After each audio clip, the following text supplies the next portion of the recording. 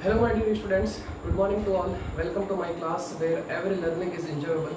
और आज की क्लास में हम पढ़ेंगे एडिशन ऑफ वेक्टर का मैथमेटिकल जो है वो मेथड, ठीक है ना। यानी कि जो आपने सदिश योग जो पढ़ा था, मतलब अभी जो मैं फर्स्ट जो भी डेरिवेशन करवाने वाला हूँ, जो मैथमेटिकल मेथड करवाने वाला हूँ कुल मिला के, वो मैं आपको हिंदी मीडियम और इंग्लिश मीडियम के लिए सेम करवाने वाला हूँ, ठीक है ना। क्योंकि उसमें डेरिवेशन है तो उसमें किसी को भी तकलीफ नहीं आएगी। क्लियर है यहाँ तक? चलिए, तो अभी जो फर्स्ट जो ये डेरिवेशन रहेगी, हमारी बात समझ में, ये बिल्कुल सेम रहेगी, ठीक है ना। तो आज की क्लास हमारे बिल्कुल जो है वो आपके पास में एडिशन ऑफ वेक्टर से रिलेटेड है, ठीक है ना। फिर इसके बाद में अगर क्लास में अगर आपको टाइम मिला, ठीक है ना, तो मैं आपको जो है इनकी प्रॉपर्टी बता दूंगा और फिर साथ में जो है वो मैं इनकी जो है वो आपके सब्ट्रैक्शन ऑफ वेक्टर वो भी बता दूंगा, यानी कि सदिशों का व्यकलन भी बता दूंगा कि हम वेक्टर को जो है वो कैसे माइनस करते हैं, ठीक है ना। तो ये है आपके पास में एडिशन ऑफ वेक्टर का मैथमेटिकल मेथड। आरी बात समझ में, जिसको आप बोल सकते हो गणितीय विधि, ठीक है ना, गणितीय विधि।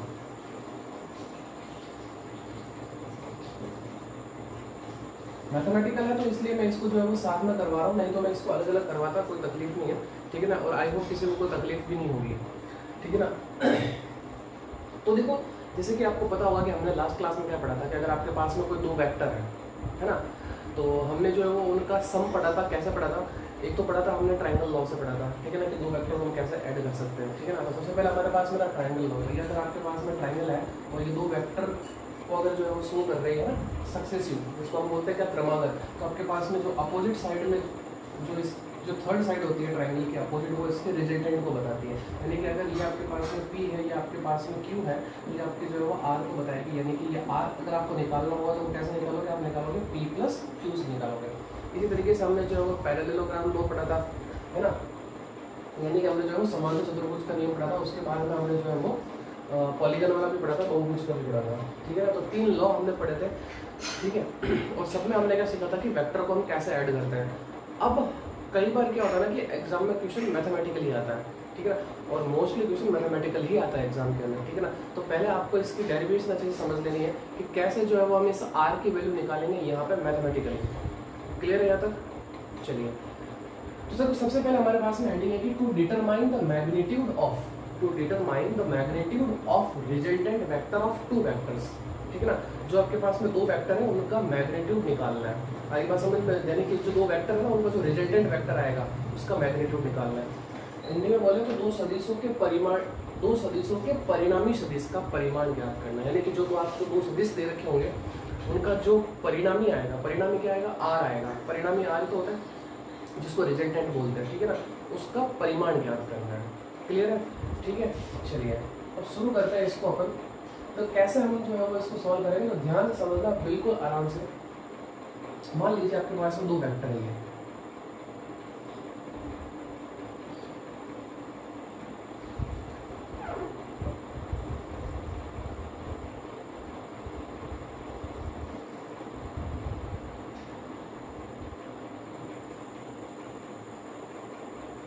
ठीक है। ये आपके पास में A पॉइंट हो गया, ये B पॉइंट हो गया, ठीक है ना। ये आपके पास में P वेक्टर, ठीक है। ये आपके पास में पॉइंट क्या हो गया? ये C पॉइंट हो गया। और ये आपके पास में जो वेक्टर है वो कौन सा वेक्टर है? ये आपके पास में Q वेक्टर है। क्लियर?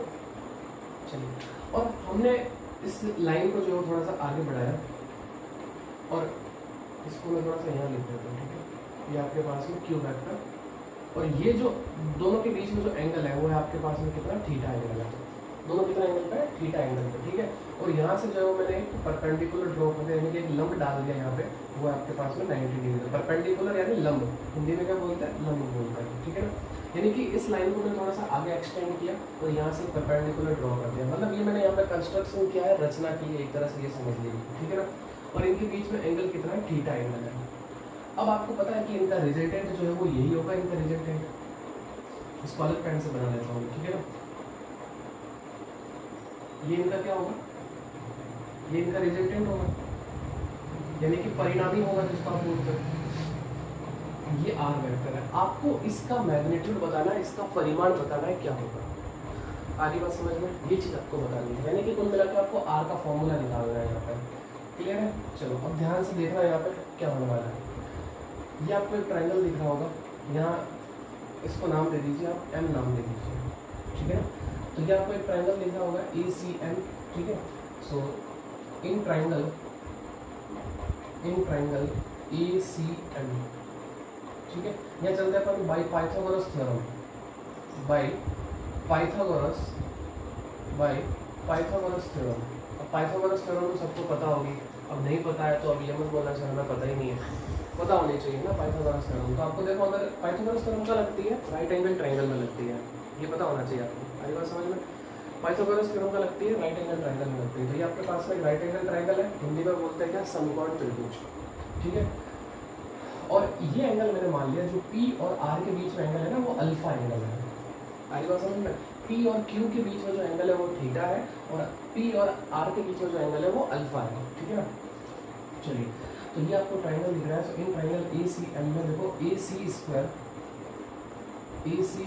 इज इक्वल टू क्या देगा आपके पास में, A M square plus C M square, यही है ना। A C square is equal to A M square plus A M square, sorry C M square, clear. इसको आप इक्वेशन नंबर 1 दे दीजिए। अच्छा मुझे बताओ ये जो आपके पास में ये जो ए एम है, ठीक है ना, पाइथागोरस तो समझ में आ गई ना, A C square is equal to A M square plus C M square, ठीक है। ये जो आपके पास में जो ये ए एम है, ये जो आपके पास में ए एम है, ये मैं बोल सकता हूँ कि ये है आपके पास में A B plus B M, बोलो सही है, A B plus B M, ये तो समझ में आया होगा ना। ये जो आपके पास में पूरी टोटल ए एम है ये A B plus B M है, क्लियर है तक। चलिए तो मैं क्या करता हूँ ना कि इस ए एम की वैल्यू यहाँ पुट कर देता हूँ उसके अंदर। आगे बात समझ में, ये जो ए एम की वैल्यू है वो मैं यहाँ पुट कर देता हूँ। तो इसका मतलब आपके पास में क्या हो जाएगा, देखो A C square is equal to हो जाएगा आपके पास में A B plus B L का होल स्क्वायर प्लस ये आपके पास में सी एम स्क्वायर। यहाँ आप a प्लस बी का होल स्क्वायर लगा लीजिए। तो a प्लस बी का होल स्क्वायर आपको पता ही होगा क्या होता है, a स्क्वायर यानी कि A B square plus B square यानी कि हो जाएगा आपके पास में B M square plus 2ab B M और फिर प्लस सी एम स्क्वायर, यही होगा। आगे बात समझ में, यही होगा।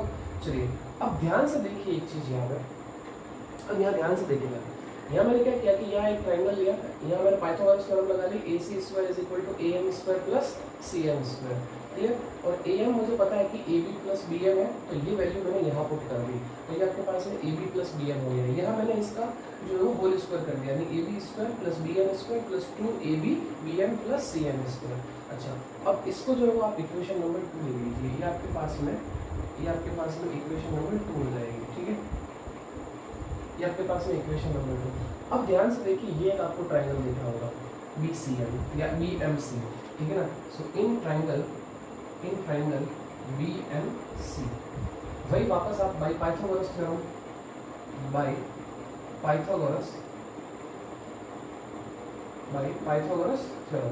तो पाइथागोरस थ्योरम भी सेम यही लगेगी आपके पास में। देखो ये आपको दिख रहा होगा एक राइट एंगल ट्राइंगल यानी कि समकोण त्रिभुज, तो हो जाएगा आपके पास में क्या होता है, ये B C square is equal to आपके पास में क्या हो जाएगा, देखो B M square plus C M square, ये होगा। ये इक्वेशन नंबर 3 हो गया। अच्छा ये क्यों किया हमने, अब ध्यान से देखिएगा क्या लिखा हुआ है, ये सॉरी बी एम आएगा, है मैं यहाँ पे बी एल लिख रहा हूँ, सॉरी यहाँ पे बी एम आएगा, बी एम, ये भी बी एम आएगा, यहाँ पे भी बी एम आएगा और बस ठीक है सही था। तो अब देखो आपके पास में ये आपको एक ट्राइंगल दिख रहा है ना, इस ट्राइंगल के अंदर तो ये आपके पास में B C square is equal to B M square plus C M square. अरे पता है ना पाइथागोरस थ्योरम क्या होती है, अब ये भी नहीं पता है तो ये बोला कि हमें कुछ नहीं आना। पाइथागोरस थ्योरम सबको पता है कि कर्ण का स्क्वायर बराबर लंब का स्क्वायर प्लस आधार का स्क्वायर, यानी कि hypotenuse square equal to perpendicular square plus base square, यही तो होता है। या बेस स्क्वायर प्लस जो है आपके पास है परपेंडिकुलर स्क्वायर, उसको आप जो है आगे पीछे करो उसको कोई फर्क नहीं पड़ेगा। तो यहाँ पे जो है मैं यही चीज़ सिखाने जा रहा हूँ, अगली बात समझ में, यानी कि जो आपके पास में ये पहले तो हमने क्या किया, ये बड़ा वाला ट्राइंगल लिया, आरी बात समझ में? ये बड़ा वाला ट्रायंगल है, पाइथागोरस थ्योरम लगा ली, और यहाँ पे जो ये ए एम था वो A B plus B M लिख दिया यहाँ पे। क्लियर है? यहाँ तक तो बात समझ में आ गई। चलिए अब मैंने क्या किया, अगेन इस ट्रायंगल को लिया, इस ट्रायंगल को मैंने लिया, पहले इस बड़े वाले को लिया, छोटे वाले ट्रायंगल को लिया, वही राइट एंगल ट्रायंगल जिसमें 90 डिग्री बनता है, तो वही पाइथागोरस थ्योरम लगा लिया यहाँ पे। तो पाइथागोरस थ्योरम में कहते हैं BC square is equal to BM square plus CM square, ये लिखिए। क्लियर है? यहाँ तक अब ध्यान से देखिए, ये जो आपके पास में BM square plus CM square है, ये BM square plus CM square, क्या ये BC स्क्वायर के बराबर है? BM square plus CM square किसके बराबर है? BC स्क्वायर के बराबर है। तो इसका मतलब यहाँ जो आपके पास में जो ये BM स्क्वायर है और ये आपके पास में जो ये CM स्क्वायर है, क्या इसकी जगह मैं ये BC स्क्वायर लिख सकता हूँ? बिल्कुल लिख सकता हूँ। तो from equation second and third, from equation second and third दोनों से चलते हैं, ठीक है ना।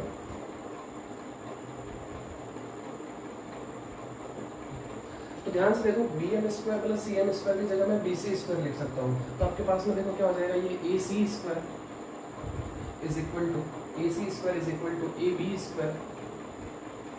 स्क्वायर प्लस BC स्क्वायर, फिर प्लस यहाँ जाएगा आपके पास में क्या, देखो 2AB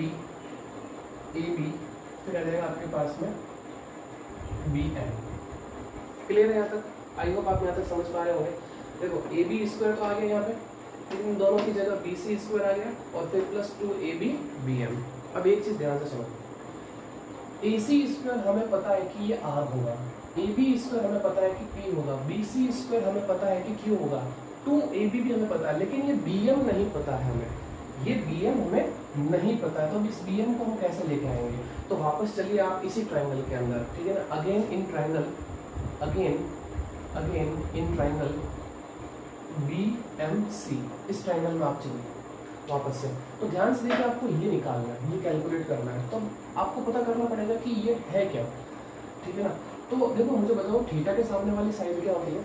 लंब होती है, यानी कि परपेंडिकुलर होती है, ठीक है। 90 डिग्री के सामने क्या होती है? हाइपोटेनस होती है, और बाकी बची क्या होती है? बेस होता है। हाइपोटेनस यानी कर्ण, जिसको आप हिंदी में बोलते हैं, और ये आपके पास में बेस यानी क्या होती है? आधार होती है, ठीक है।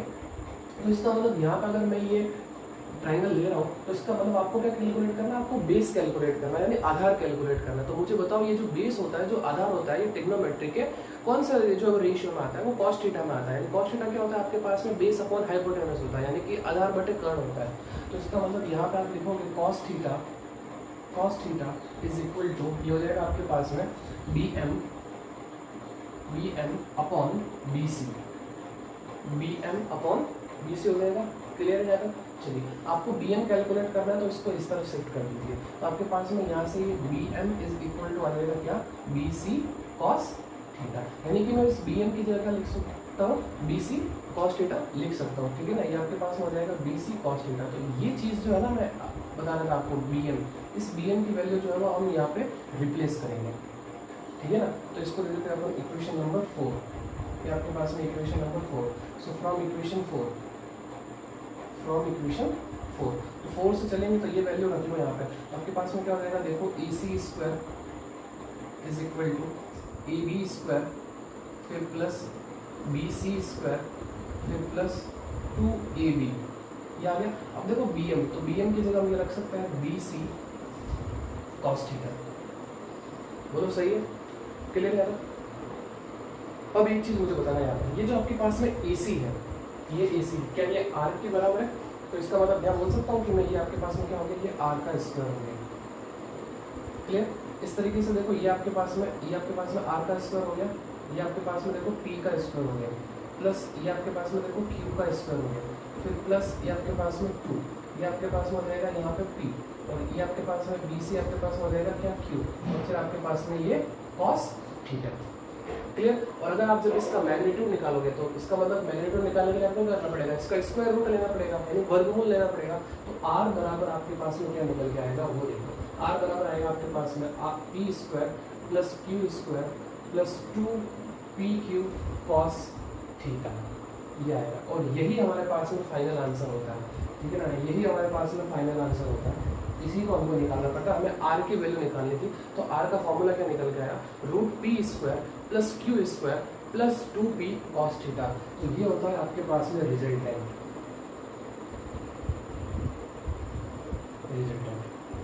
ठीक है, हिंदी में बोलते हैं इसको क्या, परिमाण। हिंदी में क्या बोलते हैं इसका, परिमाण। अगली बात समझ में क्लियर है? तो ये होता है आपके पास मैथमेटिकल मेथड। अगर मान लो आपको दो क्वांटिटी दे रखी होती है, यानी कि दो वेक्टर क्वांटिटी आपको दे रखी होती है, उसके लिए आपको जो है ये फॉर्मूला लगाना पड़ता है और फिर आपको जो है वो इसका आंसर निकालना पड़ता है, ठीक है ना। तो ये डेरिवेशन भी एग्जाम में पूछ जाती है। अब मैं आपको बताता हूँ राज की बात। एग्जाम में यहाँ से क्वेश्चन 100% फंसता है, ये ध्यान रखना। पहले बता दो, या तो ये आपको डेरिवेशन पूछी जाएगी, नहीं तो आपको जो है वो इस पे बेस्ड न्यूमेरिकल एग्जाम में पूछ जाता है। जैसे कि मैंने आपको बताया था यूनिट वेक्टर से क्वेश्चन आता ही आता है, तो ये समझ लीजिए यहाँ से एक पक्का क्वेश्चन एग्जाम में आना ही आना है। क्लियर है यहाँ तक?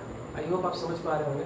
तो यहाँ से जो है आप इसको एक बार वापस से देखिए, यानी कि मैं क्या कहना चाह रहा था कि आपके पास में जो एडिशन ऑफ वेक्टर था, जो हमने लास्ट लेक्चर में पढ़ा था, लास्ट लेक्चर में हमने एडिशन ऑफ वेक्टर के 3 मेथड पढ़े थे। कौन से?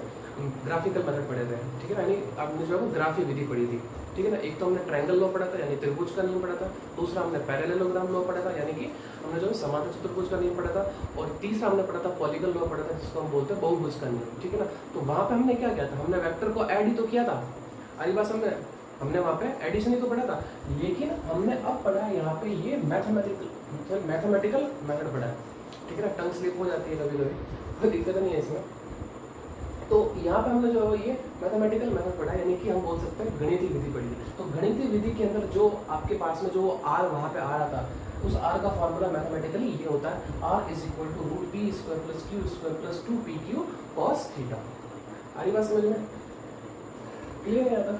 ठीक है ना। तो ये इसका मैग्नीट्यूड है, और वो जो निकाला था हमने निकाला, क्या निकाला था, उसका वेक्टर फॉर्म निकाला था वहाँ पर, ठीक है ना। तो ये ध्यान रखो। तो हमने क्या किया, हमारे पास में जो ये दो आपके पास में दो वेक्टर थे P और Q, इनके बीच में एंगल थीटा था, और ये इनका क्या होगा, रिजल्टेंट होगा, ये रिजल्टेंट होगा।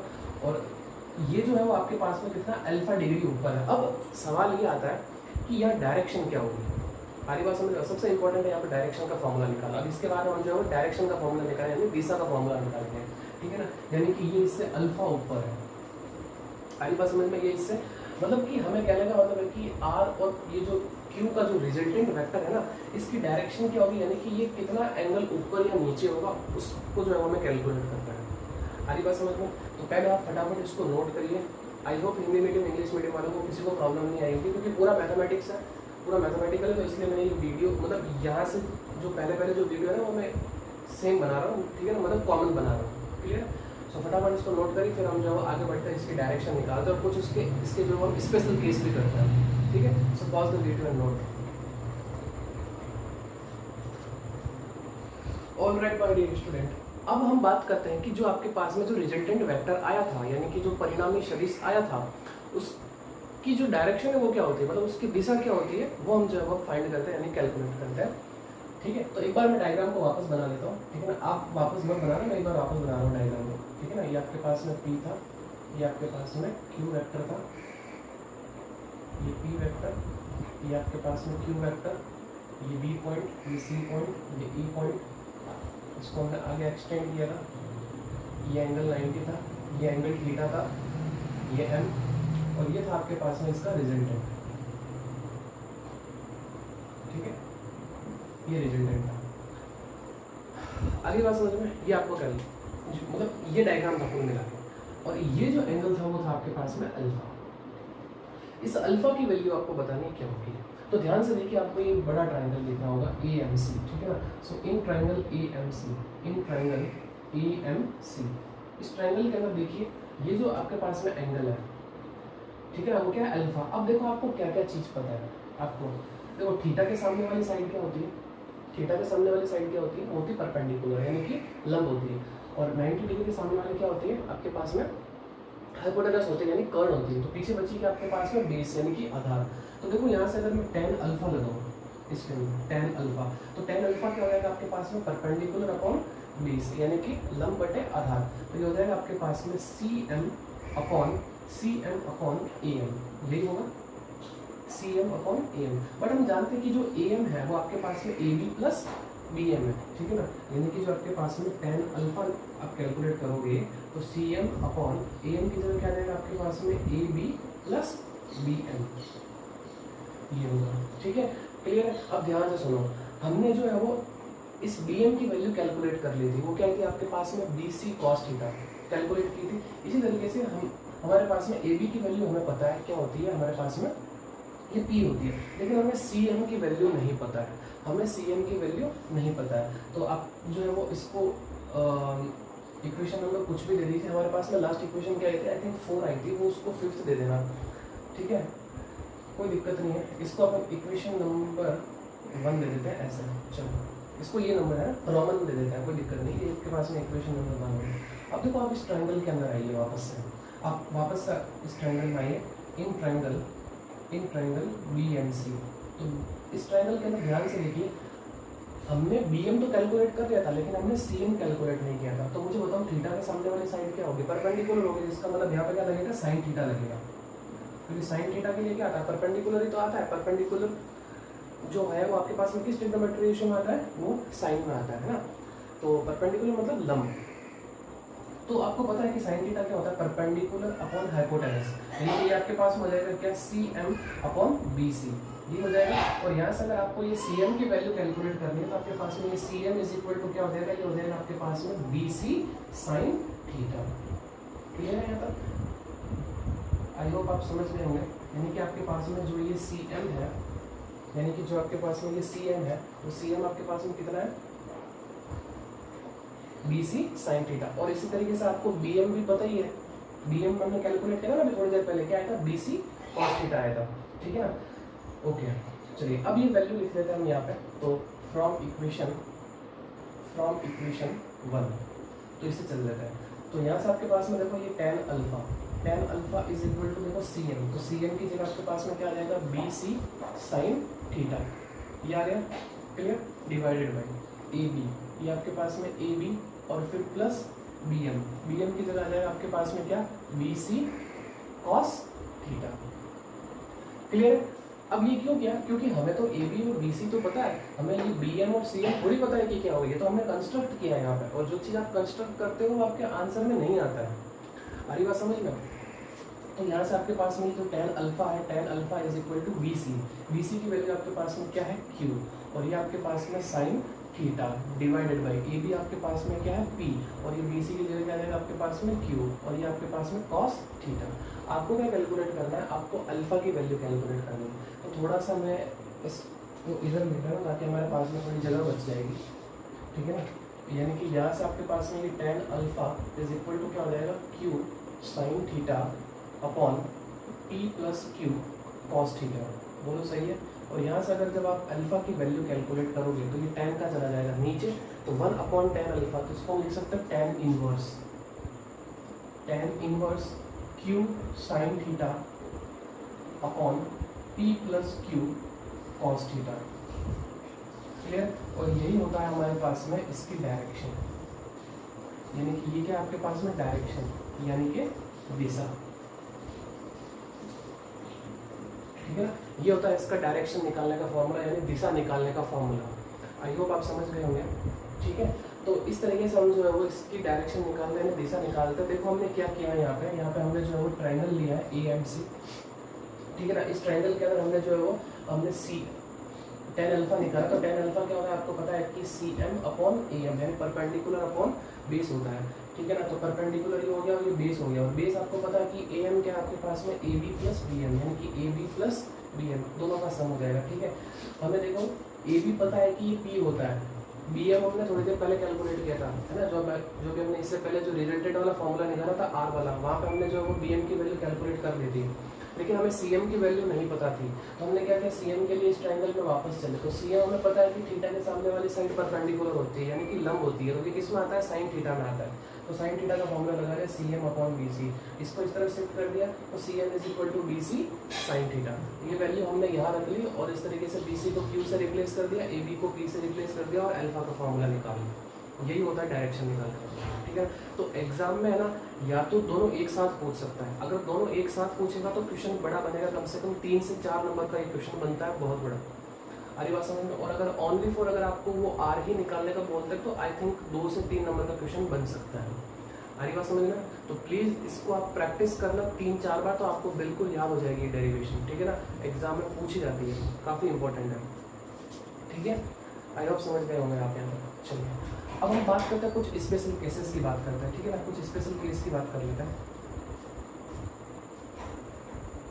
कुछ स्पेशल केस, ठीक है ना। तो देखो स्पेशल केस क्या क्या है, स्पेशल केस क्या क्या है। तो देखो सबसे पहले फर्स्ट हम बात करते हैं कि when theta is equal to 0, यानी कि जो हमारे पास में जो एंगल है वो कितना हो, 0 डिग्री हो। तो आपके पास में देखो जो आर का फॉर्मूला था, जो आर का फॉर्मूला था वो आर का फॉर्मूला क्या था, root P square plus Q square plus 2pq cos theta, ये फॉर्मूला था। तो ये जो आपके पास में जो ये थीटा है ना, इस थीटा की जगह हम रखने वाले हैं 0, ठीक है ना, इस थीटा की जगह क्या रखने वाले हैं, 0 रखने वाले हैं। तो देखो आपको क्या मिलेगा, r is equal to root P square plus Q square. मुझे बताओ कॉस 0 की वैल्यू क्या होती है, कॉस 0 की वैल्यू 1 होती है, तो ये हो जाएगा आपके पास में 2pq। बोलो सही है। अब ध्यान से देखो ये एक आइडेंटिटी बन गई आपके पास में कि P square plus Q square plus 2pq, जैसे कि आपको पता है a प्लस बी का whole square, A square plus B square plus 2ab। तो इस तरीके से ये भी तो एक आइडेंटिटी बन गई। तो यानी कि यहाँ से आपके पास में r इज इक्वल टू, उसको बोल सकता हूँ मैं, ये बन गया आपके पास में p प्लस क्यू का होल स्क्वायर। बोलो सही है।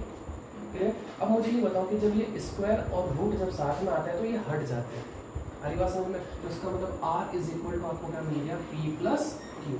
ये सबसे इम्पोर्टेंट है। अगर मान लो दोनों ही वेक्टर सेम डायरेक्शन में हो, एंगल 0 का मतलब क्या है कि जो आपके पास में ये p भी इसी डायरेक्शन में है और q भी इसी डायरेक्शन में, यानी दोनों की डायरेक्शन क्या है, सेम है, यानी कि दोनों के बीच में एंगल क्या है, सेम है, यानी कि दोनों सेम डायरेक्शन के अंदर है। तो इसका मतलब वहाँ पे जो r की वैल्यू आएगी वो क्या आएगी, p प्लस क्यू, यानी दोनों वेक्टर को आप क्या करो, सीधा ऐड कर दो, ठीक है। अच्छा अब अगर आपको डायरेक्शन निकालनी हो, अगर अल्फा की वैल्यू निकालनी हो, तो अल्फा इज इक्वल टू आपके पास में क्या हो जाएगा, देखो tan इनवर्स, ये हो जाएगा आपके पास में q sin 0 divided by p plus Q cos 0। Clear है यहाँ तक।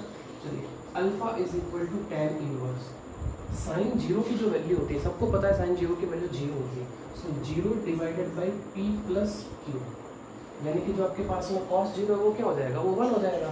तो 0 में किसी भी संख्या या किसी भी नंबर से डिवाइड कर दो तो 0 आता है। तो tan इनवर्स 0, tan इनवर्स 0 की वैल्यू क्या होती है, 0 होती है। तो इसका मतलब यहाँ से आपके पास में अल्फा की वैल्यू क्या निकल के आई, 0। ऑब्वियसली बात है, जब दोनों ही सेम डायरेक्शन में है तो उनके बीच में एंगल भी क्या होगा, अल्फा, वो 0 ही तो होना है।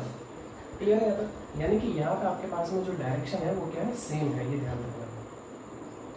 यहाँ जो आपके पास में इन सेम डायरेक्शन, यहाँ पर लिख लेता हूँ, ठीक है ना, सेम डायरेक्शन, दोनों ही क्या है, सेम डायरेक्शन, यानी कि मतलब समान दिशा में, समान दिशा में। क्लियर है यहाँ तक, आई होप आप समझ गए होंगे यहाँ तक। चलिए ये तो हो गया आपके पास में कि जब एंगल आपके पास में कितना हो, 0। ना एक और केस की बात कर लेता है यहाँ पे साथ में, इसीलिए मैं थोड़ी जगह ये छोड़ी थी यहाँ पे। Second, when theta is equal to 90, theta 90 का मतलब क्या है कि दोनों ही वेक्टर जो है आपके पास में क्या है, म्यूचुअली परपेंडिकुलर है, यानी कि एक दूसरे के लंबवत है, ठीक है ना। तो यहाँ से देखो r का फॉर्मूला क्या निकले, मतलब r की वैल्यू क्या आएगी, तो r is equal to root P square plus Q square plus 2pq cos 90। ठीक है, और मुझे बताओ cos 90 की वैल्यू क्या होती है, cos 90 की वैल्यू 0 होती है। तो cos 90 की वैल्यू 0 होगी तो ये पूरी टर्म क्या हो जाएगी आपके पास में, 0 हो जाएगी। तो आपके पास में क्या बचेगा, सिर्फ और सिर्फ r बचेगा, और r की वैल्यू होगी आपके पास में क्या, root P square plus Q square. ये होगा आपके पास में r निकालने का फॉर्मूला। क्लियर है यहाँ तक। चलिए अब बात कर लेते हैं अल्फा की। तो अल्फा आपके पास में क्या हो जाएगा, अल्फा इज इक्वल टू ये हो जाएगा आपके पास में tan inverse q sin 90 divided by p plus Q cos 90। Clear. अब मुझे बताओ sin 90 की वैल्यू कितनी होती है, 1 होती है। तो इसका मतलब अल्फा इज इक्वल टू आपके पास में हो जाएगा ये tan इनवर्स, ये हो जाएगा आपके पास में, यहाँ से क्या बचेगा, q बचेगा, और cos 90, तो cos 90 तो क्या होता है, 0 होता है। तो ये टर्म तो आपके पास में 0 हो जाएगी, तो बचेगा क्या यहाँ से, ओनली फॉर p बचेगा। तो tan inverse q upon p, इस तरीके से आप जो है वो यहाँ से अल्फा की वैल्यू निकाल पाओगे। क्योंकि ये मैं क्यों करवा रहा हूँ, क्योंकि आपको जब मैं क्वेश्चन करवाऊंगा तो वहाँ पे आपके पास में ऐसे कंडीशन दे रखी होगी कि मान लीजिए दो जो आपके पास में वेक्टर है वो सेम डायरेक्शन में है, तो आप डायरेक्टली क्या करिए, उन दोनों को ऐड कर लीजिए, उनके बीच में एंगल बता दीजिए, सॉरी उनकी जो रिजल्टेंट जो उनका रिजल्टेंट होगा आर, उसकी डायरेक्शन क्या होगी, जीरो होगी, ठीक है ना। इस तरीके से मान लीजिए आपको ऐसा दे दिया जाए कि दो वेक्टर एक दूसरे के परपेंडिकुलर है, या दो फोर्स जो है वो एक दूसरे के परपेंडिकुलर लग रहे हैं। हमेशा ऐसा नहीं होगा आपको वेक्टर ही क्वेश्चन में दे रखा होगा, मान लो वेक्टर क्वांटिटी भी आपको क्वेश्चन में दे रखी हो, जैसे कि मान लीजिए दो फोर्स एक दूसरे के परपेंडिकुलर लग रहे हैं, यानी कि दो फोर्स एक दूसरे के, यानी दो बल एक दूसरे के लंबवत लग रहे हैं, तो वहाँ पर हमें ये चीज़ें यूज़ करनी पड़ेगी। अगर एंगल दे रखा होगा, कोई भी रैंडम एंगल दे रखा होगा 60 डिग्री, 30 डिग्री, 45 डिग्री, उसके लिए हमारे पास में ये फॉर्मूला है, और आर का फॉर्मूला तो है ही हमारे पास में, R is equal to root P square plus Q square plus 2pq cos theta. इस फॉर्मूले को अपने दिमाग में बैठा लीजिए, ये हर जगह काम आने वाला है, और फिजिक्स में काम आने वाला है, 11th हो चाहे 12th हो, वो फॉर्मूला हमेशा काम आने वाला है। जब भी कोई दो वेक्टर किसी एंगल पे होते हैं तो उनका जो रिजल्टेंट है वो उसी तरीके से निकाला जाता है। क्लियर है यहाँ पर? चलिए, तो ये तो मैंने आपको जो है फर्स्ट केस और सेकंड केस करवा दिया। अब इसको मैं एक थर्ड केस करवाता हूँ, फिर इसकी कुछ प्रॉपर्टी बताऊंगा एडिशन ऑफ वेक्टर की, फिर मैं जो है सब्ट्रैक्शन ऑफ वेक्टर करवा के इस टॉपिक को मैं खत्म करूंगा, और आज के लेक्चर को भी जो है हम बाइंड अप कर देंगे। तो फटाफट इसको नोट करिए, फिर हम जो है वो आगे बढ़ते हैं, ठीक है। So pause the video and note down. चलिए, अब फटाफट जो है हमारी क्लास को आगे बढ़ाता है, क्योंकि टाइम जो है वो काफ़ी ज़्यादा हो चुका है, आधे घंटे से ऊपर की क्लास हो चुकी है। चलिए, तो अब हम बात करते हैं हमारे थर्ड केस पे। तो तीसरा केस हमारा है कि when theta is equal to 90, theta is equal to 90 तो हो गया था 180, ठीक है ना। मैं यहाँ पे तीन केस की बात करूंगा, 0, 90 एंड 180। तो 0, 90 की बात कर लिया, अब बात करते हैं हम 180 की। 180 का मीनिंग क्या होगा, यानी कि एक वेक्टर, मतलब दोनों वेक्टर एक दूसरे के अपोजिट डायरेक्शन में, ठीक है ना। इसका मतलब 180 का मतलब क्या होगा, अपोजिट डायरेक्शन, ठीक है ना, अपोजिट डायरेक्शन, ठीक है ना, यानी कि विपरीत दिशा, दोनों एक दूसरे के क्या है, विपरीत है। आगे बात समझ में, तो विपरीत है तो इसका मतलब देखो क्या हुआ, विपरीत का मतलब क्या हुआ कि यानी कि आपके पास में जब आप आर की वैल्यू निकालोगे तो root P square plus Q square plus 2pq cos 180, ठीक है। अब कई लड़कों को पता होगा cos 180 की वैल्यू क्या होती है, और कईयों को नहीं पता होगा, लेकिन बता देता हूँ आपको, cos 180 की जो वैल्यू होती है वो -1 होती है।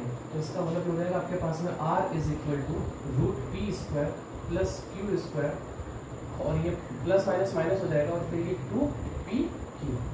अब यहाँ पे आपको एक दूसरी आइडेंटिटी नजर आ रही होगी, a माइनस बी का होल स्क्वायर। क्या होता है, a square plus B square minus 2ab। इस तरीके से यहाँ पे भी देखो p square plus Q square minus 2pq। तो ये हो जाएगा आपके पास में r is equal to root p minus Q का होल स्क्वायर। और जब ये रूट और स्क्वायर एक साथ आते हैं कोई क्वांटिटी पे तो वो हट जाता है, रूट और स्क्वायर दोनों हट जाएंगे। तो r इज इक्वल टू क्या बनेगा आपके पास में, p माइनस क्यू। तो यहाँ से क्या पता चला कि अगर आपको क्वेश्चन में ऐसा दे रखा हो कि दो वेक्टर या दो वेक्टर क्वांटिटी एक दूसरे के अपोजिट डायरेक्शन में, एग्जैक्टली म्यूचुअली अपोजिट डायरेक्शन में है, तो वहाँ दोनों, अगर आपको रिजल्टेंट पूछा जाए उन दोनों का क्या होगा, तो आप क्या करना, उन दोनों को सीधा माइनस कर देना। आ रही बात समझ में। और अगर आपको ऐसा बोला जाए कि दोनों ही सेम डायरेक्शन में है और फिर आपको रिजल्टेंट पूछा जाए तो क्या करना, दोनों को ऐड कर देना। क्लियर है यहाँ तक? चलिए आगे बढ़ते हैं, बात करते हैं इसकी डायरेक्शन क्या होगी, इस रिजल्टेंट वेक्टर की डायरेक्शन क्या होगी। तो अल्फा इज इक्वल टू क्या हो जाएगा, देखो आपके पास में tan इनवर्स q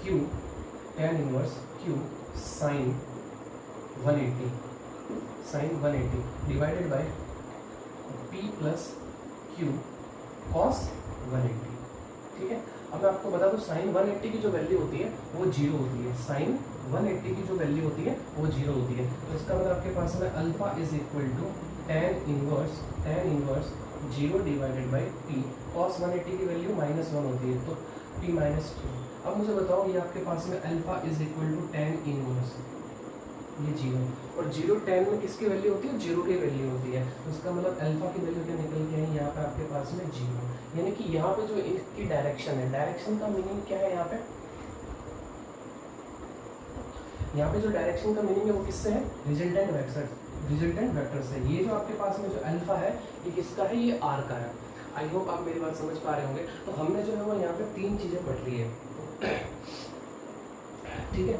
देखो एक चीज है यहाँ पे कि आपके पास में जब थीटा 0 होता है ना, तो इसका मतलब है कि आपके पास में p की वैल्यू ज़्यादा है q से, और अगर इसका मतलब 180 है तो इसका मतलब समझ लीजिए कि आपके पास में p की वैल्यू कम है किससे, क्यू से। वो आपको जब क्वेश्चन आएगा तब सब सारी चीज़ें समझ जाओगे आप, ठीक है ना। अभी सिर्फ और सिर्फ हम जो है वो मैथमेटिकली हम जो है वो कॉन्सेप्ट को जो है वो हम क्लियर कर रहे हैं। आ रही बात समझ में? क्लियर है यहाँ तक? चलिए अब बात करते हैं हम इनकी कुछ गुणधर्म की, ठीक है ना। यहाँ से मैं वीडियो को अलग कर रहा हूँ, ठीक है। अब बात करते हैं हम इनके सदिशों के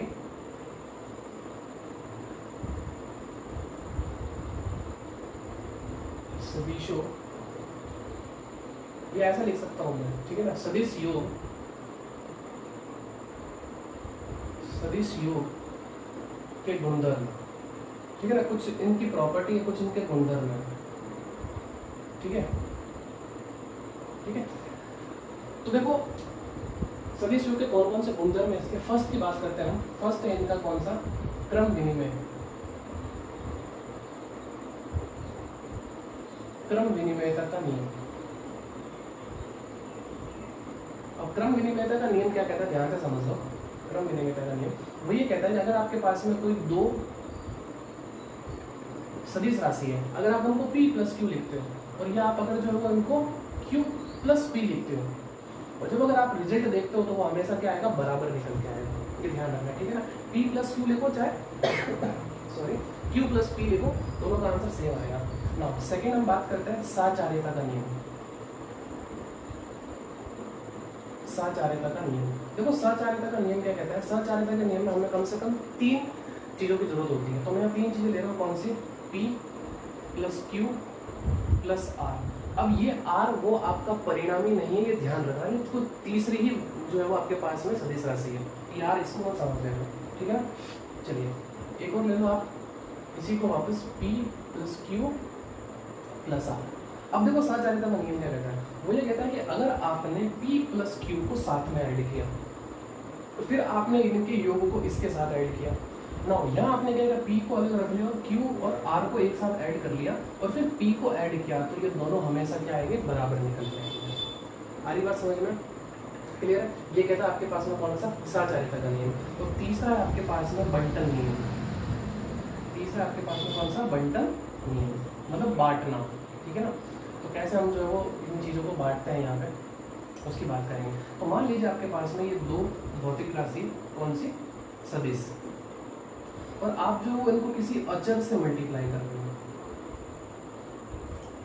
हरी बात समझ भैया? आप बोल सकते हैं कोई अदिश राशि बोल दो, कोई भी अदिश राशि से अगर आप इसको मल्टीप्लाई करते हैं, n क्या यहाँ पे कोई अदिश राशि है, तो इसका मतलब आप क्या करो? इन दोनों को ऐड करके फिर उस अदिश राशि से मल्टीप्लाई करो, या आप n को मल्टीप्लाई करो p से, फिर n को मल्टीप्लाई करो आप जो है वो q से, और फिर दोनों को ऐड कर दो। ये भी हमेशा जो है वो क्या? बराबर ही निकल के आते हैं।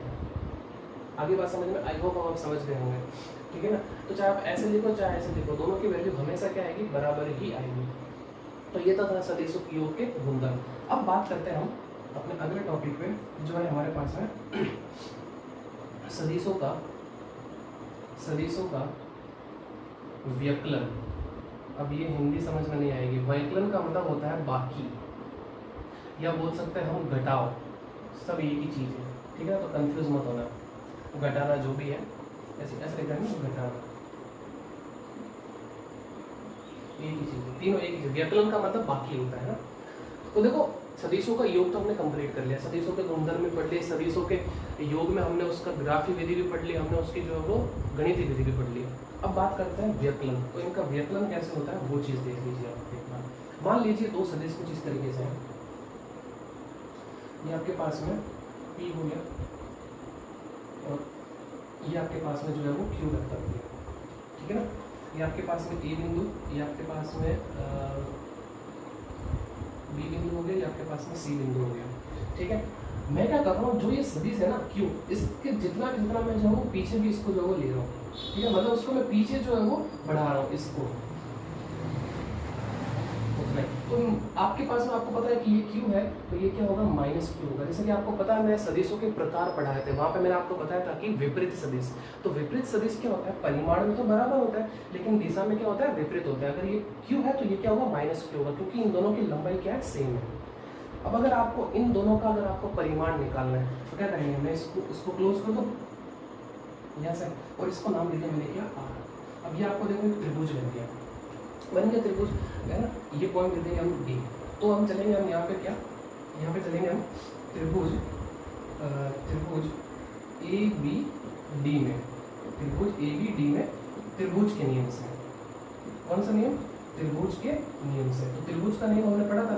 तो त्रिभुज का नियम क्या कहता है कि दो क्रमागत भुजाएं जो है वो दो आपके पास में सदिशों को व्यक्त करे, तो जो तीसरी भुजा है विपरीत दिशा में, वो उनके परिमाण को व्यक्त करती है, परिणामी को व्यक्त करती है। तो इसका मतलब ये दोनों कौन सी हो गई? क्रमागत हो गई, और ये इनकी कौन सी हो गई? विपरीत हो गई। तो इसका मतलब जो आपके पास में जो ये ए बी है, जो ए डी है आपके पास में, वो ए डी क्या होगी? इन दोनों के योग के बराबर होगी। तो इसका मतलब ए बी प्लस बी यही होगा। और देखो ए डी आपके पास में क्या है? आर है, ए बी आपके पास में क्या है? पी है, और बी डी आपके पास में क्या है? माइनस क्यू है। तो इसका मतलब आर इज इक्वल टू आपके पास में क्या हो जाएगा? ये पी माइनस क्यू, ये फाइनल हो जाएगा। आई होप अब आप समझ गए होंगे कि यानी कि जब दो वेक्टर अपोजिट डायरेक्शन में होते हैं ना, तो वहाँ पर हम सीधा क्या करते हैं? माइनस कर लेते हैं। ये देखिए आपके पास में ये है r is equal to P minus Q, ये तो चीज़ की है। अच्छा ये कब आई है मुझे बताओ? r is equal to P minus Q कब आया? जब दोनों ही एक दूसरे के क्या है? विपरीत दिशा में, यानी कि 180। तो मुझे बताओ इन दोनों के बीच में एंगल कितना बन रहा है? 180 बन रहा है ना। तो आप इस तरीके से भी जो है वो सदिशों का व्याकरण कर सकते हो कि मान लो दो वेक्टर आपको दे रखे हो, तो हम क्या करते हैं? उसके जस्ट अपोजिट डायरेक्शन में जो दूसरा हो उसको अपोजिट डायरेक्शन में ले लो उसके। आगे बात समझ में? तो ये क्यू है, तो ये माइनस क्यू, फिर इनको क्लोज करो, तो भाई हमने जो है यहाँ पे त्रिभुज का नियम लगाया। क्लियर है? तो ये तो इसका ग्राफिकल हो गया, और मैथमेटिकल मैंने इसी के अंदर करवा दिया इसका। क्लियर है? तो आज की क्लास वैसे भी काफ़ी ज़्यादा हो चुकी है, आधे घंटे से ऊपर हो चुकी है, तो मैं नहीं चाहूँगा कि क्लास और ज़्यादा बड़ी हो। ठीक है, तो नेक्स्ट क्लास में हम इस जितना भी हमने पढ़ा है इस पे रिलेटेड हम जो है वो काफ़ी अच्छे अच्छे क्वेश्चन करेंगे। ठीक है ना? आई होप आपको मज़ा आया होगा आज की क्लास में। ठीक है ना? इनको जो है वो आप बार बार प्रैक्टिस करना। मैं पहले बोल देता हूँ, एग्जाम में क्वेश्चन यहाँ से आएगा ही आएगा, पक्का आएगा। आगे बात समझ में? या तो ये डेरिवेशन आ जाएगी, आर निकालना या अल्फा निकालना, या दोनों भी आ सकते हैं साथ में। ठीक है ना? क्लियर? तो इनको जरूर देखना। मिलते हैं नेक्स्ट वीडियो में। ठीक है, तब तक अपना ध्यान रखिए। ठीक है ना? खुश रहिए। Thank you so much.